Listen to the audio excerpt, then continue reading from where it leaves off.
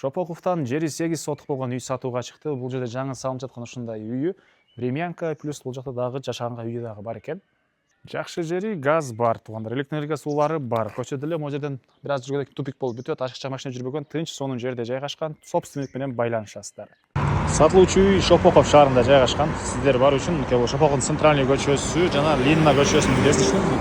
Мэрия деген жазуун жана аткандар. Үйдө карай барсаңыздар, Калина 25-директе үй жайгашкан. Бул жагы Сокулук, бул жагы болсо Гавриловка болуп калат тугандар. Үйдүн бул көчө тарабы Дарек Калина көчөсү 25-директе жайгашкан. Жалпысынан 8 сотук участокта. Чегарасында кетип онда тети кошунадан забор дарбаза бул жакта кошунага чейин. Кенен көчөлөр электроэнергия, суу, газына чейин бар экен. Мага жаккан жери туганда караңыздар. Көчө могу жерден барып бүтөт. Тупик көчө, ашыкча машина жүрбөйт. Балаңыздар деле кенен көчөгө чыгып деле ойнай алат тынч жерде. Коросуна келебиз. Бул жерде бир үй, бул жагында узун турасы 10 кон болуп жаңы салынган экинчи үйү.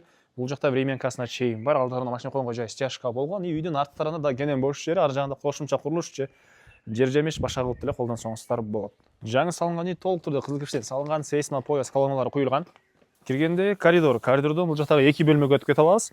Экөөнүн эшиги өзүнчө коюлган, ортосун дуал менен бөлүү керек. Кааласаңыздар бөлбөй койсоңуздар деле болот. Андан кийинкиси кухня болуп кетет экен тугандар.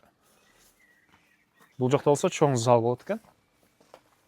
Бул үй 2 бөлмөдөн турат, прихожкадан сырткары. Бияка чейин кенен аралык, сыртка жаткана.